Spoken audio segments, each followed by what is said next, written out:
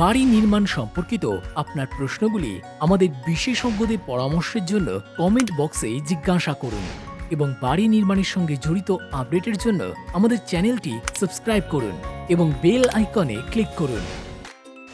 আপনি কি জানেন যে জল মাটির থেকে আপনার গৃহে ঢুকতে পারে? এর থেকে ঘরে ড্যাম্প হতে পারে। এটিকে রোধ করার জন্য ড্যাম্প প্রুফিং হল এক প্রভাবশালী উপায়। এটি কংক্রিট এবং ক্রিট প্রোয়ের মতো ওয়াটারপ্রুফিং এজেন্টের সংমিশ্রণের একটি পরত, যেটি দেওয়াল বানানোর আগে ফাউন্ডেশনে লাগানো হয়। এই পরত 75 mm অথবা 3 ইঞ্চি মোটা হয়। এটি মাটির ভিজে ভাবকে উপরে উঠতে বাধা দেয়।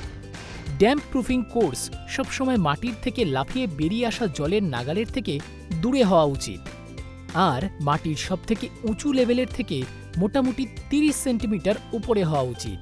এইগুলি ছিল ড্যাম্প প্রুফিংয়ের বিষয় কিছু তথ্য।